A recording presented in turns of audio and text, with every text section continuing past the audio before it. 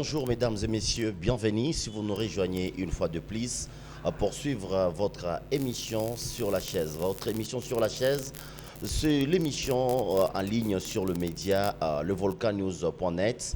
Et aujourd'hui, nous parlons de l'état des sièges décrété par le président de la République ici en province du Nord Kivu et de l'Ituri pour tenter de réduire l'insécurité ou bien d'en finir avec l'insécurité qui gangrène les deux provinces. Et pour en parler, nous recevons aujourd'hui Patrick Baala qui est le point focal de l'Union sacrée ici en province du Nord Kivu. Patrick Baala, nous disons bonjour.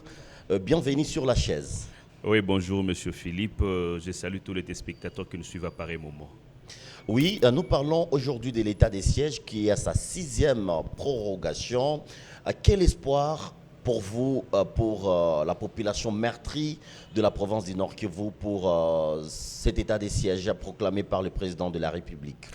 Merci pour cette question parce que pour nous, d'abord, d'entrée des jeux, nous sommes parmi ceux-là qui avaient réclamé l'état de siège en province du Nord Kivu, étant donné que le président Tshisekedi a toujours été à l'écoute de la base. Il a dû proclamer cet état de siège en vue d'endiguer avec cette situation de l'insécurité qui a perduré plus de 20 ans dans la même situation. Plusieurs tentatives afin de mettre fin à cette situation, ça n'a pas tenu. Nous avons pensé, parce que c'est constitutionnel, l'état de siège, il fallait que le président de la République proclame l'état de siège en vue qu'on ait des résultats escomptés. Aujourd'hui, l'état de siège... 6e prorogation. 6e prorogation, ça peut toujours continuer pourvu qu'on atteigne la paix. Parce que l'objectif capital, c'est la paix. On ne cherche pas à plaire à des sentiments personnels et individuels, mais nous sommes dans l'optique, dans la vision selon laquelle il faudrait atteindre le bien-être collectif. Et le bien-être collectif passe par la paix, par la stabilité et la sécurité de la province du Nord Kivu. Ceux qui pensent que l'état des sièges a été décrété à l'acte, êtes-vous d'avis aussi? Nous sommes en démocratie, les sons des cloches sont multiples, on ne peut pas refuser, mais il faudrait que les sons des cloches soient aussi rationnels, que les sons des cloches soient aussi objectifs. Il ne suffit pas de dire non pour le plaisir de dire non, parce qu'il y a des gens qui disent qu'il faut arrêter l'état de siège. Disons oui, qu'on arrête l'état de siège. Qu'est-ce qu'on propose pour apporter la paix? Il faudrait dire oui, qu'on arrête l'état de siège, mais pour quelle alternative? On amène une proposition. On amène une proposition, il ne suffit pas de critiquer, donner une proposition. Mais aussi, il faudrait que cette proposition soit rationnelle, cette proposition soit objective et cette proposition soit pragmatique. Il y a quelques jours, les députés ont fait une déclaration pour dire qu'il faut circonscrire à cet état des sièges. D'abord, ça ne doit pas se passer dans toute la province du Nord Kivu. Est-ce que ces élites provinciaux ont bien réfléchi à cette idée? Quant à moi, c'est une approche, j'ai dit maladroite. Maladroite parce qu'il faut bien circonscrire la situation sécuritaire en province du Nord Kivu. C'est une situation qui a évolué comme une métastase d'un cancer. Vous vous souviendrez bien que c'est le grand sud de la province qui a connu beaucoup d'exactions et de problèmes. Et petit à petit, c'est monté jusqu'au niveau du Grand Nord. N'oubliez pas, avec cette vague des déplacés ou de réfugiés rwandais, FDLR, Interam qui sont entrés, c'était dans le Grand Sud où il y a eu beaucoup de problèmes. Et petit à petit, ça a migré vers le Grand Nord. Et quand on doit soigner un cancer, je pense qu'on ne va pas en aval, on va en amont, c'est-à-dire à la racine, où a commencé la maladie.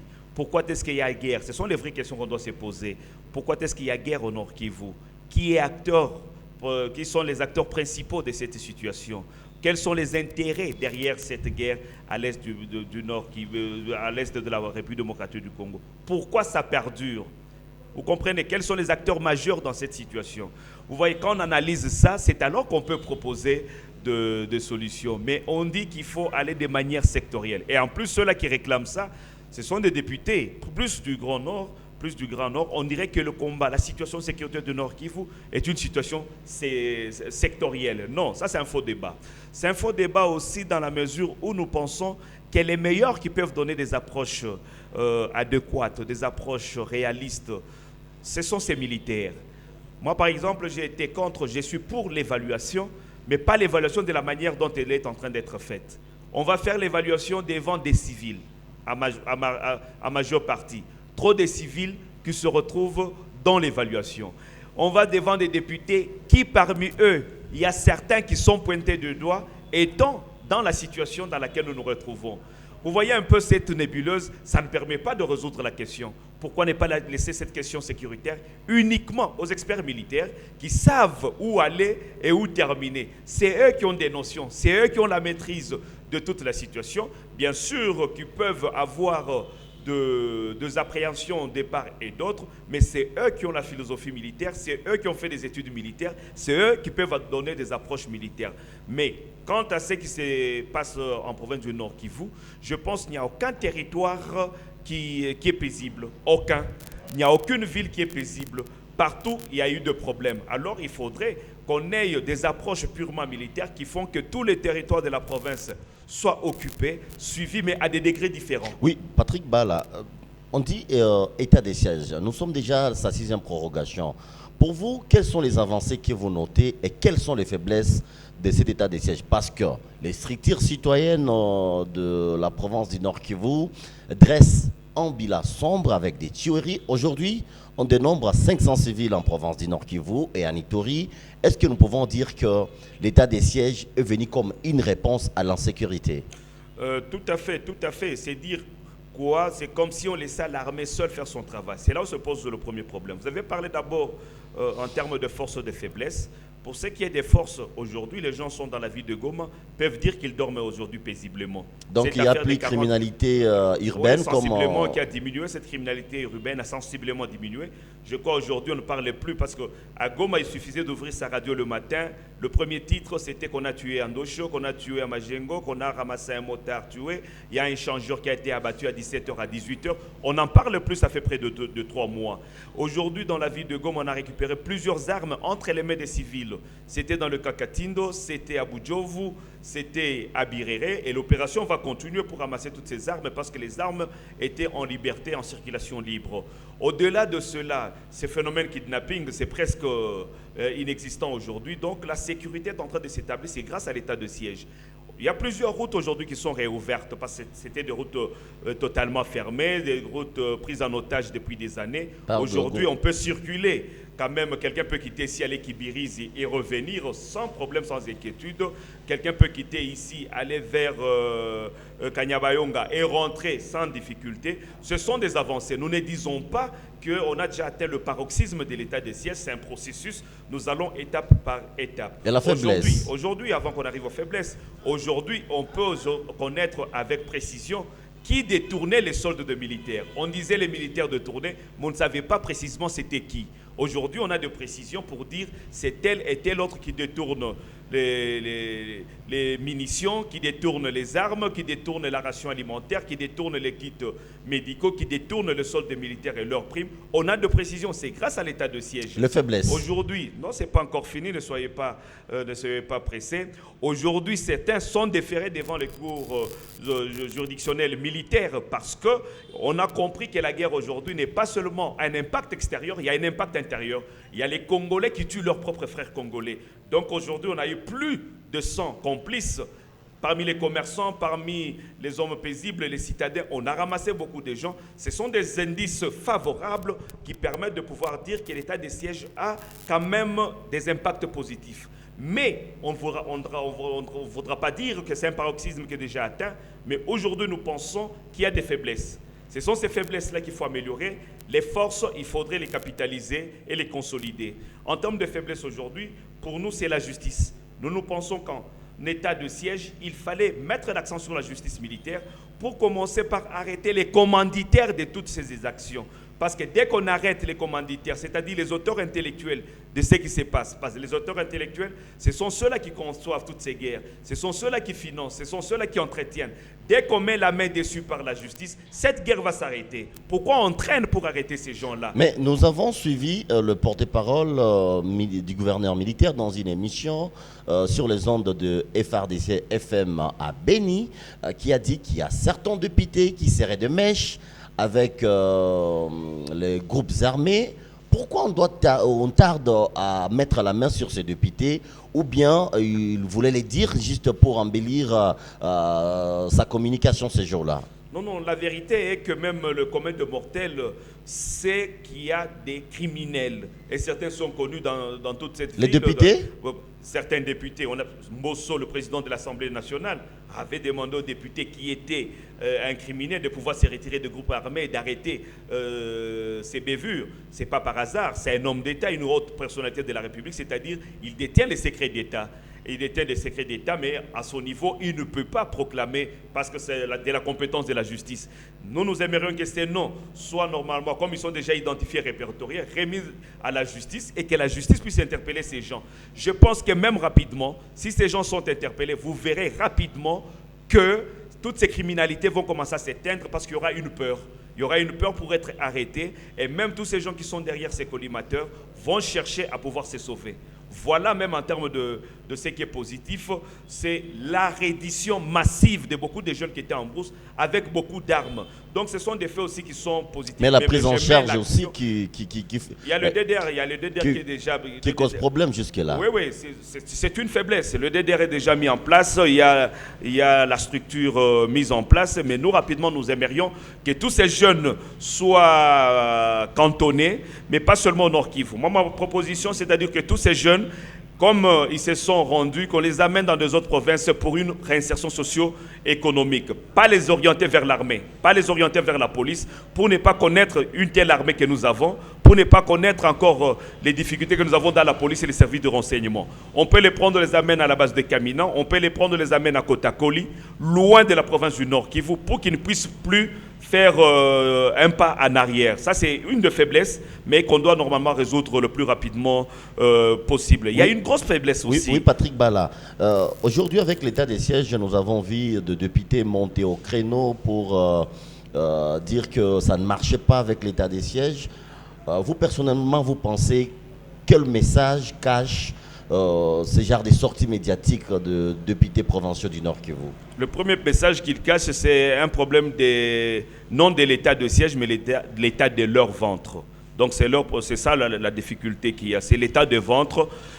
Donc par rapport à l'état des ventres qui dérange, ils ont pensé qu'il fallait que l'état des sièges disparaisse pour que l'état des ventres s'améliore. Mais malheureusement, avec l'état des ventres, ça pose de problèmes. C'est dire aujourd'hui ils sont mis au chômage, ce chômage continue à se prolonger. C'est pas très facile, surtout que ça a été fait subitement. C'est tout à fait normal. Je n'ai rien vu parce qu'il fallait normalement dans leurs prestations, dans leur communication, qu'on sente le besoin de la population avant tout. Mais en eux, on a senti le besoin de leurs émoluments. On a senti en eux le besoin relatif à l'état de ventre qui est en train de les déranger. Moi, je pense que les vrais députés, c'est pourquoi vous avez vu nous monter au créneau demandant la dissolution même de cette assemblée, parce qu'en 2 ans, imaginez-vous, monsieur Philippe, en 2 ans, 0 édit.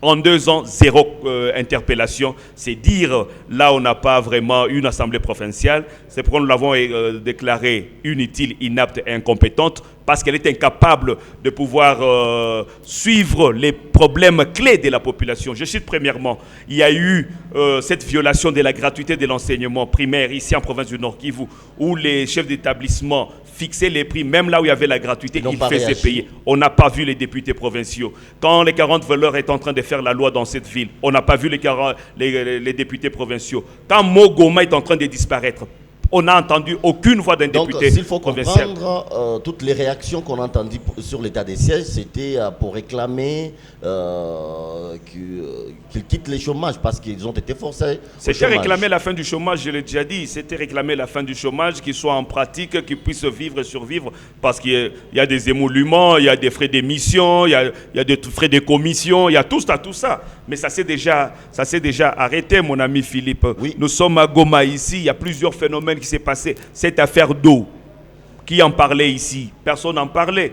Quand les gens sont kidnappés à merci, on a vu tout le monde muer, mais les gens ne nous ont vu que nous qui nous considérons comme des députés debout. C'est nous qui étions devant les préfets, devant les chefs des établissements pour réclamer l'effectivité de cette gratuité de l'enseignement. Nous avons circulé partout ici pour demander aux gens dans leur quartier de savoir s'organiser pour se prendre en charge face à l'insécurité, étant donné qu'il y avait une faiblesse au niveau de l'État. Nous avons produit un rapport sur l'insécurité de la ville de Goma et apporté des solutions, nous, dans cette ville de Goma. Merci. Donc vous comprenez, Voilà dans quel angle ils se retrouvaient. S'ils étaient là pour réclamer le bien-être des populations, on les soutiendrait. Mais malheureusement qu'ils sont allés à gauche, 2 ans après, sans édit, sans contrôle.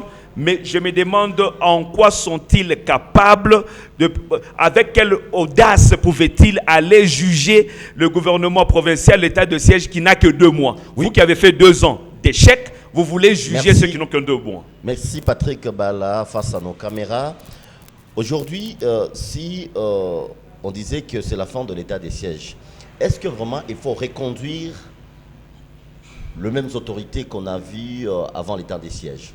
Ce n'est pas un problème d'autorité. Les gens ne savent pas comment fonctionne l'état de siège. L'état de siège part déjà au niveau politique où vous retrouvez le président de la République, le ministre de la Défense, le ministre de l'Intérieur. Vous descendez, vous avez l'état-major général. Vous descendez au niveau de la province où vous trouvez le gouverneur, c'est-à-dire la phase des opérations, ainsi que le terrain où ils sont en train de travailler. C'est-à-dire les options viennent d'en haut.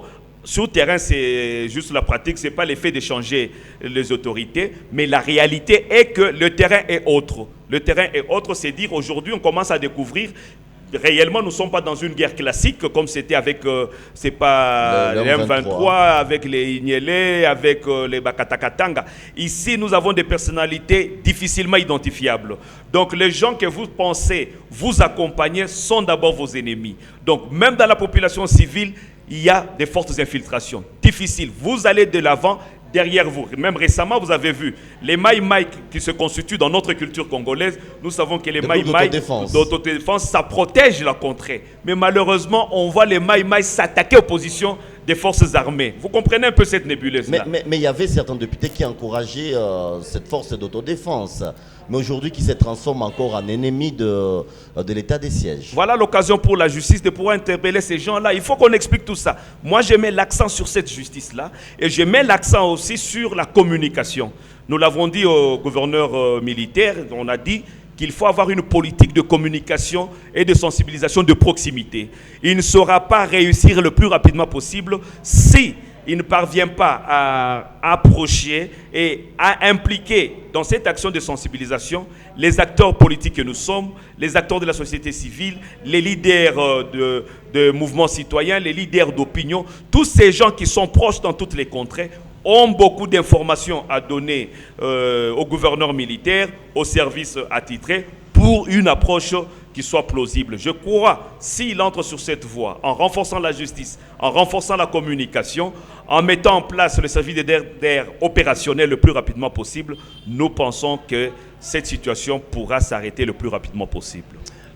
Pour terminer, un message à toute la population, peut-être pour un accompagnement à cet état des sièges proclamé par le président de la République.